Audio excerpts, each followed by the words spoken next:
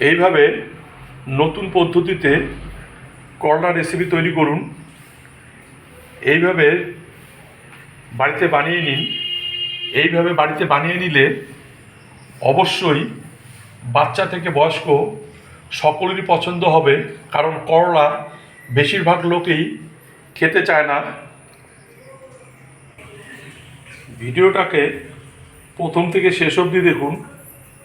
যদি ভালো লাগে অবশ্যই লাইক, শেয়ার এবং কমেন্ট করবেন। এবার দেখে নেওয়া যাক কিভাবে তৈরি করে নেওয়া যায়। করলা দিয়ে নতুন রেসিপি তৈরি করব। করলা নেওয়া হয়েছে। করলা অনেকেই খেতে চায় না। কিন্তু এইভাবে যদি বানিয়ে দেওয়া যায় অবশ্যই খাবে। দেখুন কিভাবে তৈরি করে নেই। করলাগুলো এইভাবে কেটে নেওয়া হচ্ছে।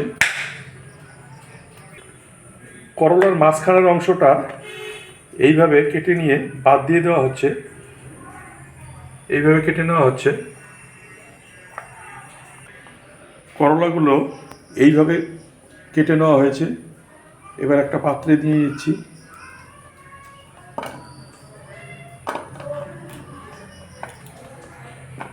এর মধ্যে পরিমাণ মতো নুন দিয়ে দিচ্ছি।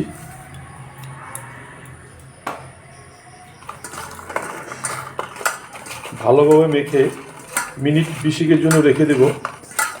এর মধ্যে থেকে যে তেতো জলটা, সেই জলটা বেরিয়ে আসবে।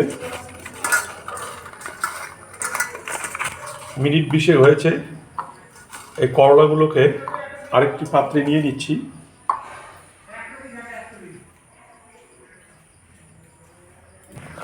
এর মধ্যে 1 চামচ পরিমাণ চালের গুঁড়ো দিয়ে দিচ্ছি।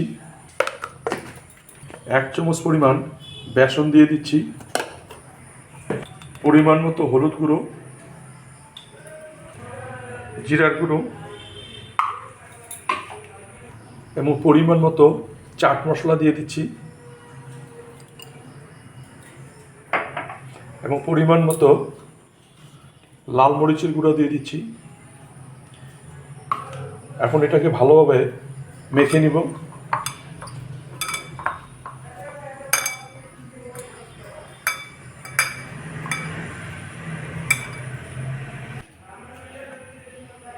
এইভাবে ভালো করে মেখে নেওয়া হয়েছে এবং মিনিট 10 জন্য রেখে দেব। তারপরে ভেজে নেব। এদিকে ওভেনে কড়াই দিয়ে দিয়েছি। ফ্লেমটা লো টু মিডিয়ামে করে নিয়েছি। কড়াই গরম হয়ে আসছে। সামান্য পরিমাণ তেল দিয়ে দিচ্ছি।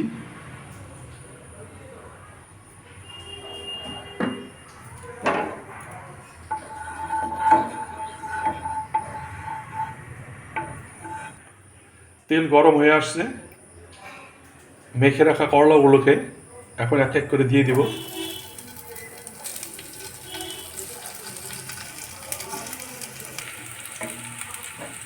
এবার এক এক করে উল্টো পাল্টা করে ভেজে নেওয়া হচ্ছে।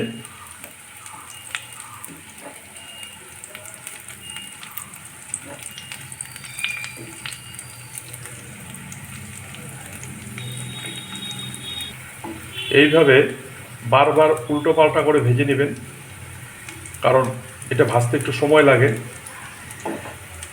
কেন ওভেনের আঁচটা যদি বাড়িয়ে দিই তাহলে উপরটা পুড়ে যাবে, ভিতরটা কাঁচা থেকে যাবে। কম আঁচে সুন্দর উল্টো পাল্টা করে ভেজে নেওয়া হচ্ছে।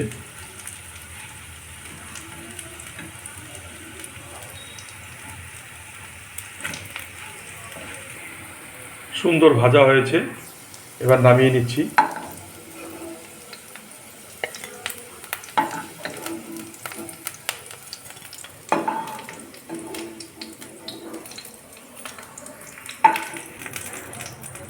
বাদ বাকি আরও কিছুটা ছিল, সেগুলোকে ওই তেলের মধ্যেই ভেজে নেওয়া হচ্ছে। সুন্দর এই করলার রেসিপি।